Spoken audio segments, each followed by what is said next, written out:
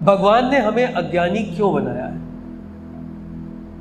देखिए, जब सृष्टि का निर्माण हुआ, हमें भगवान ने अज्ञानी नहीं बनाया। सृष्टि का जब निर्माण हुआ तो पहले मृदा कण थे, डेड पार्टिकल्स जिनको कह सकते हैं, डेड पार्टिकल्स। प्रभु ने सृष्टि बनाई, बहुत सुंदर, बहुत सुंदर, बहुत सुंदर। लेकिन आपके घर में यदि एक बहुत सुंदर तस्वीर हो तो कितनी बार आप उसे देखेंगे? क्योंकि उसमें कोई परिवर्तन नहीं हो। तब सृष्टि में जीवन का उत्सर्जन किया गया। जीवन का उत्सर्जन क्यों किया गया? जीवन का उत्सर्जन किया गया जिससे सृष्टि में लोगों का इंटरेस्ट बना रहे, ईश्वर का इंटरेस्ट बना रहे। तब यह स्थिति आई और उसके लिए एक टास्क दिया गया। आप मान लीजिए खेल प्रतियोगिता देखते हैं। खेल प्रतियोगिता में एक प्रारंभिक बिंदु होता है और उसके बाद एक अंतिम बिंदु होता है। तमाम सारे धावक दौड़ना, जो दौड़ते हैं, रनर्स होते हैं, वो दौड़ना शुरू करते हैं और हम देखते रहते हैं कौन तेज भाग रहा है, कौन तेज भाग रहा है, कौन तेज भाग रहा है। और बाद में जब एक फाइनल पहुंच जाता है तो उसको हम क्या कहते हैं कि अरे ये विजेता हो गया। बाकी क्यों लौट जाते हैं? ये सोच करके जाते हैं कि अगले ओलंपिक में फिर भागेंगे, अब की बार हम फर्स्ट आएंगे। आई बस, उससे एक इंटरेस्ट क्रिएट होता है।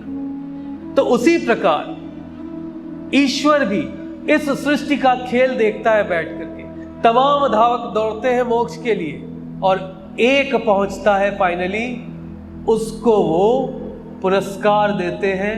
बाकी फिर जाकर के अगली बार आने का प्रयास करते हैं। यही सब जगह, कहीं पर भी यदि किसी प्रकार की यदि कौतूहल नहीं होगा, सृष्टि ईश्वर ने बनाई और उसके अंदर एक कौतूहल डालने के लिए मोक्ष रूपी पुरस्कार रख दिया गया और हर जीव दौड़ता है, हर जीव दौड़ता है। जब प्रारंभ में एक कोशिकी जीव बनता है, फिर ज्ञान अर्जित करता है कि हाँ, एक कोशिकी जीव में ऐसे जिया जाता है, फिर वो 2 कोशिकी बनता है, फिर वो बहुकोशिकीय बनता है। धीरे धीरे वो शरीर प्राप्त करता है और जब धीरे धीरे सृष्टि के ज्ञान करता रहता है, अर्जित करता रहता है, फिर वो मनुष्य बनकर के धावक बन जाता है कि वो इस प्रतियोगिता में हिस्सा ले पाए। समझ रहे हो हमारी बात को? निश्चित उसका प्रयास उत्कृष्ट होगा जो सबसे पहले पहुंच रहा। ईश्वर ने अज्ञानी नहीं बनाया, हम उस उद्देश्य को भूल जाते हैं। अज्ञानी की भांति तो हम बिहेव करते हैं, हमारा व्यवहार होता है अज्ञानियों की तरह। हम अज्ञानी होते थोड़ी ना। हमसे कहा गया ये मोक्ष हमारे जीवन का उद्देश्य है, हम सीधे कह देते हैं मोक्ष कुछ होता ही नहीं है। एक दिन सभी को मर जाना और मरने के बाद पता नहीं कहां चला है, हमसे कोई मतलब ही नहीं।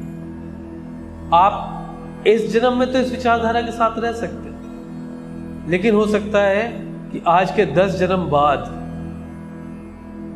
आप भी सोचें कि नहीं, मोक्ष जैसी कोई चीज होती है। फिर आपका प्रयास वहां से शुरू। तो ईश्वर हमें अज्ञानी नहीं बनाता, हम अज्ञानियों की भांति बिहेव करते हैं। सबको पता है कि उसके जीवन में क्या लक्ष्य है, क्या उद्देश्य है और किस प्रकार से अपने उद्देश्यों को पूरा करना है। सबको पता है, एवरीबॉडी। ठीक है बच्चे?